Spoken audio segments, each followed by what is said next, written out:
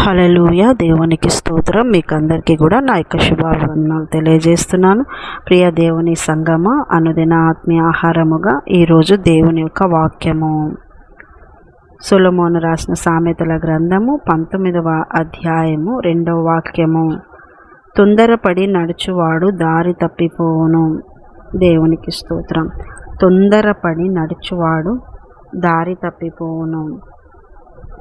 ఒక మార్గంలో నడుస్తూ ఉన్నప్పుడు నీలో తొందరపాటు, గలిబిలి, కలవరము అనేది కలిగినప్పుడు, తొందరపాటు కలగటం వల్ల నువ్వు దారి తప్పిపోయే అవకాశం ఉంది. ఎప్పుడైతే తొందరపాటు వస్తుందో నువ్వు చేరాల్సిన గమ్యస్థానము చేరలేకుండా పోవడానికి కారణమవుతుంది. కనుక తొందరపాటు అనేది మనిషికి ఉండకూడదు. విశ్వాసిగా తొందరపాటు కలుగుతున్నప్పుడు నువ్వు గమనించుకొని గ్రహించాల్సింది ఏంటంటే, శోధకుడు నన్ను మార్గము తప్పించే విధంగా తొందర పెడుతున్నాడు. కనుక ఆ తొందరపాటును జయించే సామర్థ్యాన్ని నువ్వు పొందుకోవాలి.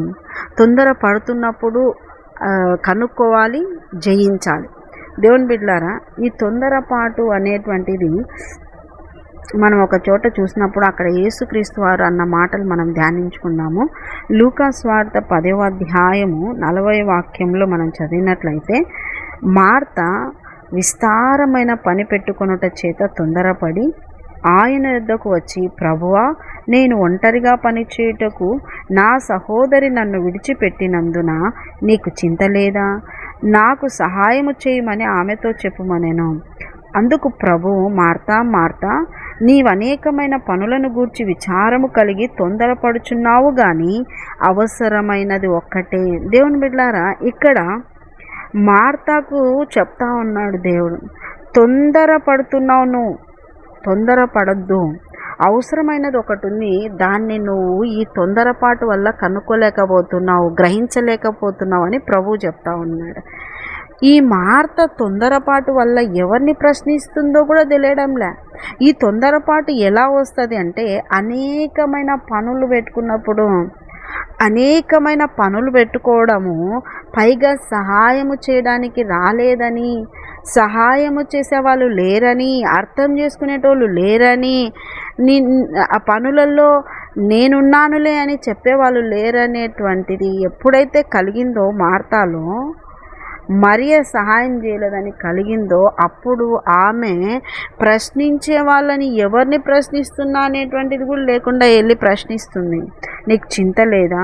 నాకు సహాయం చేయమని చెప్పకుండా, మా చెల్లెలి నీ కాళ్ళ దగ్గర ఉంది, నువ్వు వెళ్ళి అక్కకు సహాయం చేయని చెప్పలేదే, నువ్వు నన్ను గురించి ఆలోచించలేదు, నా గురించి ఆలోచించలేదు, నా పని గురించి నువ్వు చూడలేదు అని ఇండైరెక్ట్గా దేవుణ్ణి కూడా ఆమె ప్రశ్నిస్తుంది. దేవుని బిడ్డలారా, కుటుంబాల్లో ఈ తొందరపాటు ఉండటము, కుటుంబాల్లో ఈ తొందరపాటు వల్ల కుటుంబాలు నాశనం అయ్యేటువంటిది అవుతుంది. కనుక కుటుంబాల్లో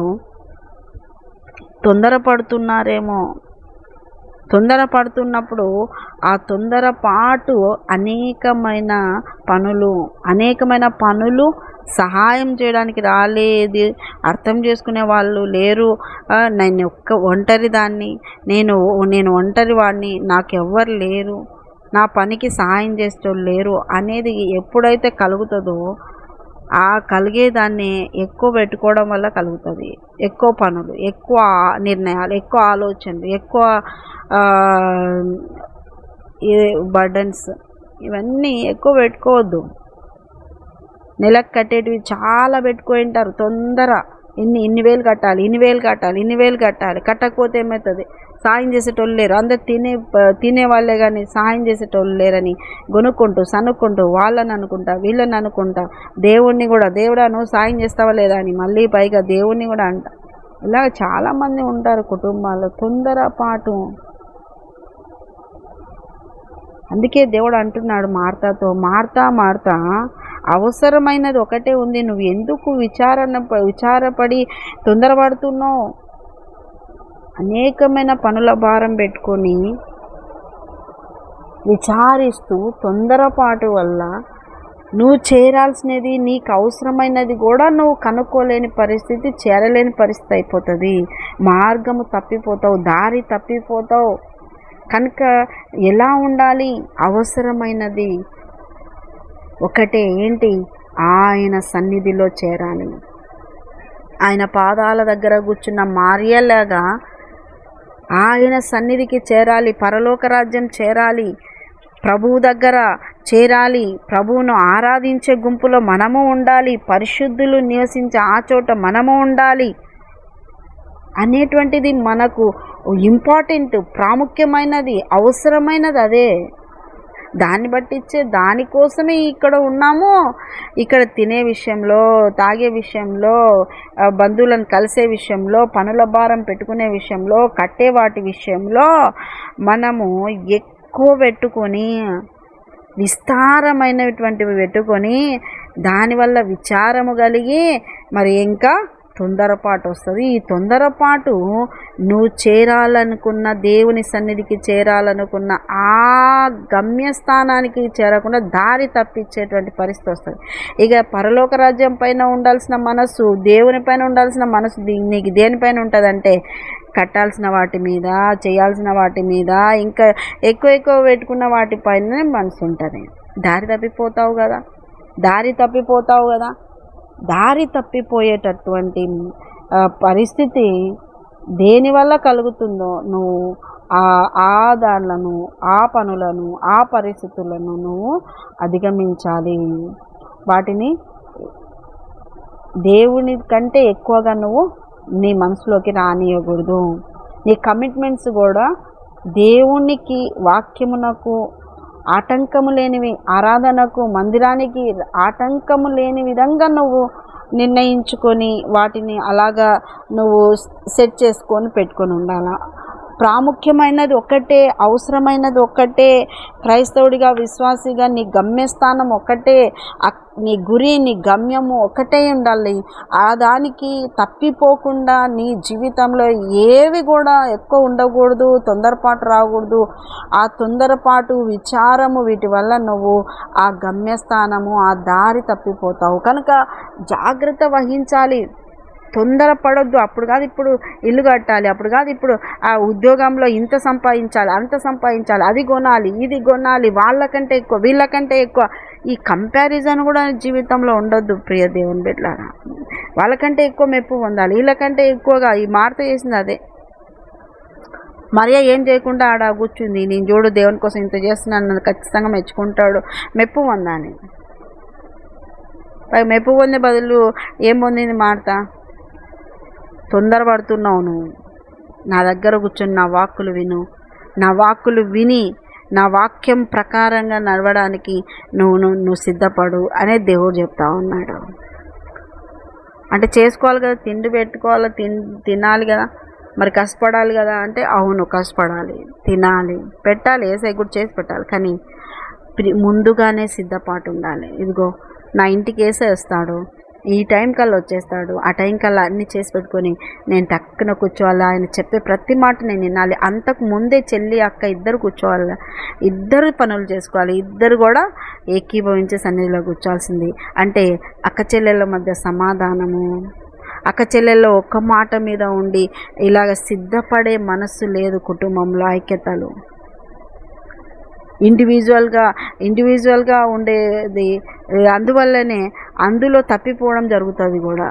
దేవుని బిడ్డలారా, ఉద్యోగాలు చేయాలి, సంపాదించాలి, బాధ్యతలు నెరవేర్చాలి, కానీ ఆయనకు అనుకూలముగా, పరలోక రాజ్యమునకు అనుకూలముగా వాక్యము ఏం సెలవిస్తుందో ఆ వాక్యముకు అనుకూలముగా నీవు సంపాదించాలి, నీ బాధ్యతలు నెరవేర్చాలి, కుటుంబం పోషించాలి, పిల్లలకి కట్టాల్సినవి కట్టాలి, ఇంటిని అన్ని విషయాల్లో చూసుకోవాలి. వాటన్నింటిలో కూడా వాక్య ప్రకారంగానే చూసుకునేటట్టుగా నువ్వు తొందరపాటు లేకుండా అన్నిట్లో నిదానంగా, నిబ్బరముగా, దేవుడిచ్చే వరకు దేవుడి యొక్క సన్నిధిలోనే ఉంటూ, దేవునితో గడుపుతూ మెల్లమెల్లగా ప్రభువు యొక్క ఆశీర్వాదాలతోనే ఎదగాలి. అప్పుడు పరలోక రాజ్యం చేరే దారిలో నుండి తప్పిపోవు. తొందరపాటు వచ్చిందా, ఎక్కువ పెట్టుకున్నామా పనులు, కమిట్మెంట్స్, తొందరపాటు వస్తుంది, అప్పుడు తప్పిపోతాం. అప్పుడు మార్గం తప్పిపోతే గమ్యము చేరలేవు, యేసయ్య దగ్గరికి చేరుకోలేవు. అందుకే మరి ఈ జీవన సంబంధమైన వ్యాపారంలో చిక్కుకొని చాలామంది ఏమైపోతున్నారు, తప్పిపోతున్నారు. వాక్యము వాళ్ళలో విత్తబడి ఫలించడం లేదు. అందుకని చిక్కుకోకుండా, దారి తప్పిపోకుండా ఉండాలి అంటే ఎలా ఉండాలి? తొందరపాటు ఉండకూడదు. కనుక మీలో ఏదైనా తొందరపాటు ఉంటే, మాటలో తొందరపాటు ఉండకూడదు, క్రియల్లో తొందరపాటు ఉండకూడదు, కమిట్మెంట్స్ ఇవ్వడంలో తొందరపాటు ఉండకూడదు. తర్వాత ఏవైనా దేవుడి వాక్యం నాకు వ్యతిరేకంగా నీలో ఏ తొందరపాటు గలిబిలి కలిగినా అది శోధకుడి వల్లనే కలుగుతుంది. దానివల్ల నీకు ప్రమాదము, దారి తప్పిపోయే అవకాశం ఉంది. కనుక జాగ్రత్తగా నిర్ణయాలు తీసుకోవాలి, జాగ్రత్తగా ఎదగాలి, జాగ్రత్తగా మాట ఇవ్వాలి, జాగ్రత్తగా ప్రభు సన్నిధిలోనే ఉంటూ ఎదగాలి. అట్టి కృప మీకు అందరికీ కలుగునుగాక. ఆమె చిన్న ప్రార్థన చేసుకుని, యేసయ్య నీకు వందనాలు. విన్న వాళ్ళలో ఎవరిలోనైనా తొందరపాటు ఉంటే తీసేసి నాయన, నిదానముగా మరి నాయన నిబ్బరము కలిగి అవసరమైన దాన్ని బట్టించి నాయన నీ మార్గములో చక్కగా ఎదుగునట్లు, నీ దగ్గరికి చేరినట్లు, వాక్యం విన్న వెంటనే వాక్య ప్రకారం బ్రతకాలనే ఆశ కలుగునట్లు విన్నవారికి అందరికీ దయచేయమని, రాకడకు సిద్ధపరచమని యేసు పరిశుద్ధ నామములో అడుగుతున్నాం మా తండ్రి. ఆమేన్, ఆమేన్, ఆమేన్. యేసు రక్తమే జయం, సిల్వ రక్తమే జయం. ప్రభు యేసు నామానికి సంపూర్ణ విజయం కలుగునుగాక. Amen, amen, amen. Good morning. Praise Lord. దేవుడు మళ్ళీ దీవించునుగాక. ఆమేన్.